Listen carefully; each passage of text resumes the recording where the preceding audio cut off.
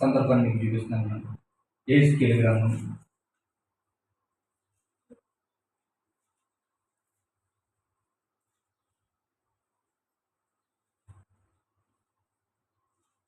3వ అధ్యాయం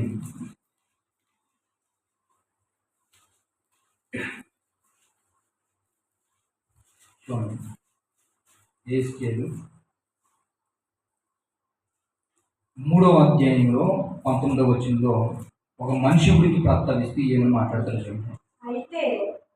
యెహెజ్కేలు గ్రంథం 3వ అధ్యాయం 19వ వచనం. అయితే నీవు దుర్మార్గుని హెచ్చరిక చేయగా అతడు తన దుర్మార్గత నుండి దుష్క్రియల నుండి మరలని ఎడల అతడు తన దోషములను బట్టి చదువుతున్నాను. అయితే నువ్వు దుర్మార్గుని హెచ్చరిక చేయగా అతడు తన దుర్మార్గత నుండి దుష్క్రియల నుండి మరలని ఎడల అతడు తన దోషములను బట్టి మరణమవును గాని నీవు అనపోతే బ్రాకెట్ ఒక మాట రాశాడు.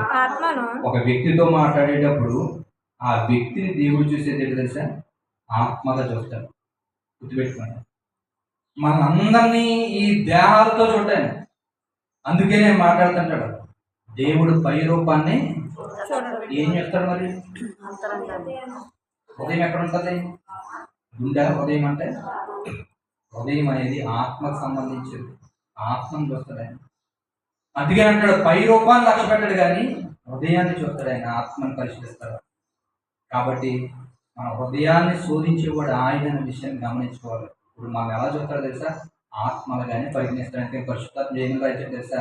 నీవు అనగానే బ్రాకెట్లో రాశాడు ఆత్మ. అంటే ఇప్పుడు మనం అందరూ ఎవరు? ఆత్మ. అర్థం ఉందా? ఇప్పుడు ఆత్మలమైనటువంటి మనము ఎవరికి చెందిన వాళ్ళము? ఎందుకు దేవునికి చెందిన వాళ్ళము? ఆయన కూడా ఆత్మ కనుక. గుర్తుపెట్టుకోండి. ఆయన ఎవరు? ఆత్మ కనుక. ఆయన ఆత్మ కనుక ఆయన ఆరాధించేవారు సత్యంతో ఆరాధించాలి. అంటే మనం అందరము ఆత్మ. ఎందుకు ఆత్మలమైతే ఆయన ఆత్మ కనుక ఆయన పిల్లలమైన మనం కూడా ఆత్మలమే.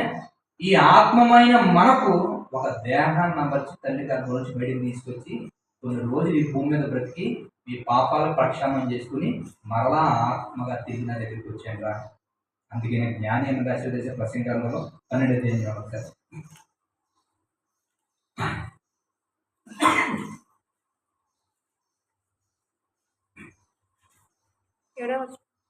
చూడండి. ప్రసంగి గ్రంథం 12వ అధ్యాయం 7వ వచనం దగ్గర నుంచి జాగ్రత్తగా చూడండి. చూడండి. ప్రసంగి గ్రంథము 12వ అధ్యాయం 7వ వచనం దగ్గర నుంచి ఒకసారి. మన్నైనది వెనుకట వలనే మరలా భూమికి చెంది. మన్నైనది ఏంటి? ఈ దేహం మట్టితో తయారు చేశాడు. మన్ను అంటే మట్టి. ఇప్పుడు మన్ను అయినది ఏదైతే ఉందో అది మనల్ని చనిపోతారు సముద్రం పెట్టి ఏమవుతుంది? మట్టిలో కలిసిపోతుంది. అర్థమైందా? ఆత్మ మట్టిలోకి. ఆత్మ మీద ఉన్న దేహం ఏదైతే ఉందో ఆ దేహము మట్టిలో కప్పెట్టబడి అంటే మట్టిలో కలిసిపోతుంది. మనిషికి దేవుడు నిర్ణయించినటువంటి సిచ్యువేషన్స్ మాట. అంటే దేవుడు నిర్ణయించినటువంటి ఒక నియమం మాటది. ఏంటా నియమం? ఈ భూమి మీద దేవుడు మనిషిని ఎలా పుట్టించాడు? ఒక దేహాన్ని ఆత్మగా ధరించి భూమి మీద పుట్టించాడు. ఈ దేహం కొన్ని రోజులు బ్రతికిన తర్వాత ఏమవుతుంది అంటే మట్టిలో కలిసిపోతుంది. ఆత్మ ఏమవ్వాలి? దాన్ని ఎవరైతే పెట్టారో ఆయన దగ్గరికి వెళ్ళిపోవాలి. ఆయన దగ్గరికి వెళ్ళాలి అంటే నువ్వు అప్పగిస్తే వెళ్తుంది. అర్థం? మనం అప్పగిస్తేనే వెళ్తుంది. మరి అప్పగించకుండా వెళ్దంటే వెళ్దు. గుర్తుపెట్టుకోండి. మనం అప్పగించకుండా ఆత్మ అనేది వెళ్ళదు. ఎలాగ వెళ్ళదు అంటే ఆయనకి అప్పగించాలన్న బాధ్యత మనకు ఉందనుకోండి, జాగ్రత్తగా కాపాడుకుంటాం. అప్పగించాలనుకునే బాధ్యత కానీ ఆలోచన లేదనుకోండి, మనకు నచ్చినట్టు కొడతాం. ఉదాహరణకు మీకు చెప్తున్నాను. ఎవరి దగ్గర నుంచి ఒక వస్తువు తెచ్చుకున్నాం అనుకోండి, ఎలా కొడతాం చెప్పండి? ఎందుకని? మళ్ళీ ఇవ్వకపోతే దాన్ని సరిగ్గా ఇవ్వకపోతే ఏమవుతుంది? కొత్తది ఇది దగ్గర చూసుకుంటారు. అవునే కదా? ఇది దగ్గర ఉంచుకుని కొత్త కొని ఇచ్చంటారు. అందుకని ఏం చేస్తాము?